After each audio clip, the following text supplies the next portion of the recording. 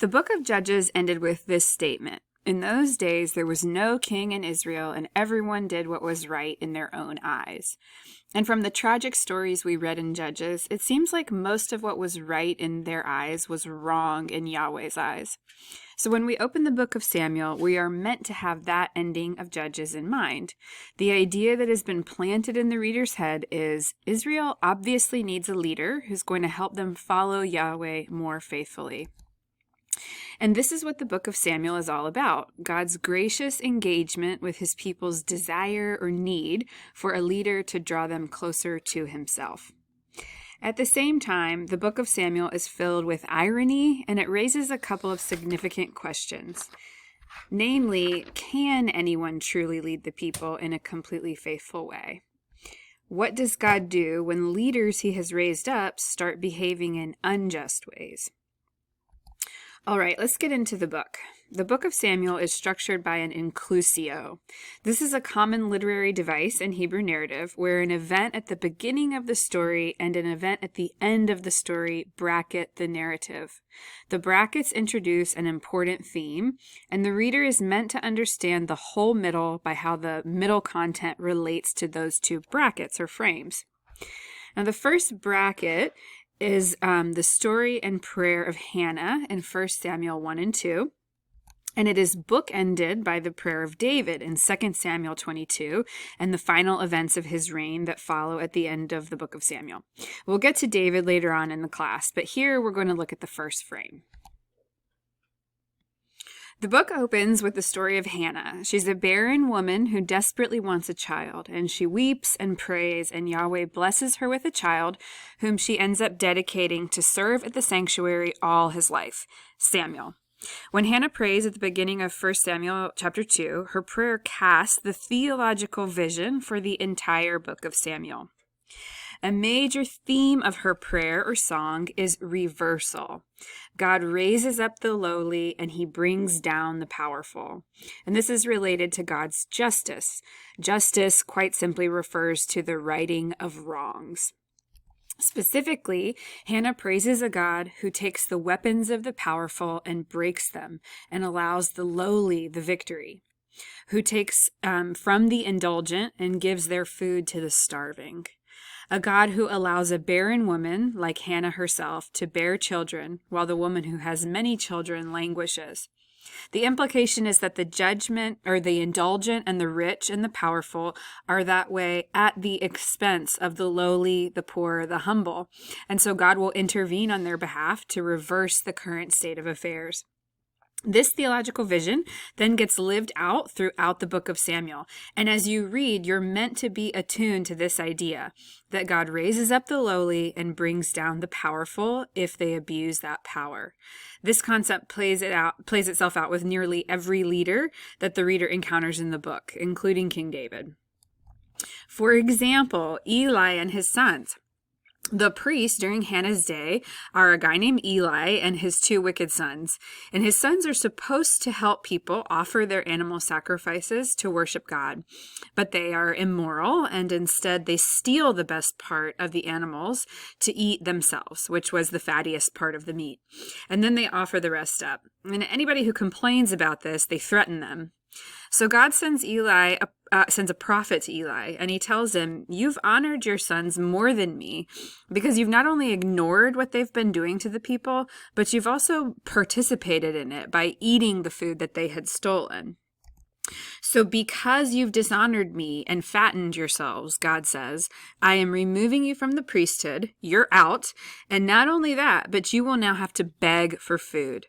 So he's reversing the situation. Those who indulged at the expense of the righteous will now go hungry themselves. And furthermore, how does Eli die? Well, he falls off a chair and breaks his neck because he was old and heavy-set.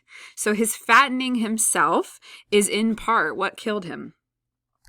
And the same will happen with Saul, and the same will happen with David. Both of those two kings are from humble means, and they're both raised up to be the king of the nation, but both will ultimately abuse the power given to them by God and therefore be brought down. Now, there are two more passages in 1 Samuel I want to direct your attention to. 1 Samuel 8 and then 1 Samuel 9 through 15. So let's look at the first one. In 1 Samuel 8, Israel comes to Samuel, and declares, "We want a king." This request is described as a request full of tension. It is one of the many Elah ve'elah moments in Israel's history. Partially, their motivation for needing a king was a good one, and it seems like a practical necessity. On the other hand, it's also partially a rejection of God as their king. So on one hand, it was good and made sense. Israel had Samuel as a leader, but Samuel was old, and Samuel's sons were not following the commands of the Lord. They would have made terrible next leaders. They wanted a leader who would follow the commands of the Lord. They wanted a king to govern them and to fight their battles. And the need for these things, guidance and military strength, those were real needs. Now, on the other hand, the request for a king also seems like sort of a rejection of Yahweh's direct leadership. In 1 Samuel 7, it was Yahweh himself who gave them victory over the Philistines. And when they asked for a king, Yahweh tells Samuel they've rejected Yahweh from being king over them. So there's a tension here, an Elah ve'elah moment of God's people in some form rejecting God's direct leadership, but also having real reasons for needing and wanting a human leader in the form of a king. So how does God respond? After Samuel warns them what having a king will cost them, and they insist that they still want one, God tells Samuel, okay, give them a king. Now the reader has to decide what is happening here. Is God giving them what they are asking for as his judgment upon them? Or is this God taking their misguided, imperfect, or sinful request and choosing to use it ultimately for good? As we've seen throughout the Old Testament, God does both of these things. So on the one hand, God's judgment on sin and disobedience is regularly expressed by actually giving people what they want. Remember, for example, Pharaoh back in the book of Exodus. Pharaoh didn't want God's creation to flourish. Remember, he was anti-creation. So God said, okay, I will uncreate Egypt and see how you like that. The judgment was giving Pharaoh exactly what he wanted. Another example in the book of Numbers in the wilderness, after the Israelites escaped from Egypt, they were too afraid to enter the promised land. They had sent spies who decided we're too fearful, we don't want to go in. And what they said was, we would rather die here in the desert or the wilderness rather than go into that scary land. And so God said, okay, you can die here in the wilderness. Cut to the Israelites wandering for 40 years in the desert. So God gives them what they want. That's his judgment. And this concept can be illustrated by what the metaphor used for sin in the Old Testament is often. Now, we often talk about sin as a falling short of the glory of God, and that is a New Testament idea. But an important way of understanding sin is a metaphor frequently found in the Old Testament, which is that sin is a burden. It's literally a burden or a heavy weight that you carry. And in Hebrew, when God forgives sin, literally he lifts the sin or lifts the burden. That's connected to the weight of it. What the metaphor is saying is that sin is a thing that weighs you down and hurts or burdens you. So the judgment experienced is essentially the sin itself. If you do destruction, you live with the destruction you've created. So is that what's happening in 1 Samuel 8? Is God giving the people a king, his judgment on them for asking a king, saying, okay, you asked for it, now you have to live with it? Or is it the second option? And the second option is an alternative that's a little bit more hopeful, because we know that this is also something that God does. Often when people offer God what is imperfect or messy or even outright sinful, God brings good from it. So for example, we saw in the book of Genesis that Joseph's brothers sold him into slavery, and he experienced slavery and prison and famine, right? but God brought good from it. That was the message of Genesis 37 through 50. He brought God good from it for Joseph, right? Delivered him from that situation and brought him honor. He brought good for the entire nation of Egypt by sparing them from famine. He even brought redemption for Joseph's brothers themselves. Do you remember how at the end of the story, Judah was willing to take the place of his younger brother Benjamin in prison in Egypt? So he had gone from being a brother who wanted to kill his youngest brother to being one who was willing to sacrifice his life for his youngest brother. So returning to 1 Samuel 8, the reader needs to ask themselves, which better describes what's happening here? Is God giving Israel over to their sinful requests by letting them have a king and bear the burden that that king will inevitably be? Or is God taking their misguided request and working good with it? The author of your textbook, Telling the Old Testament Story, argues that it is emphatically the latter option.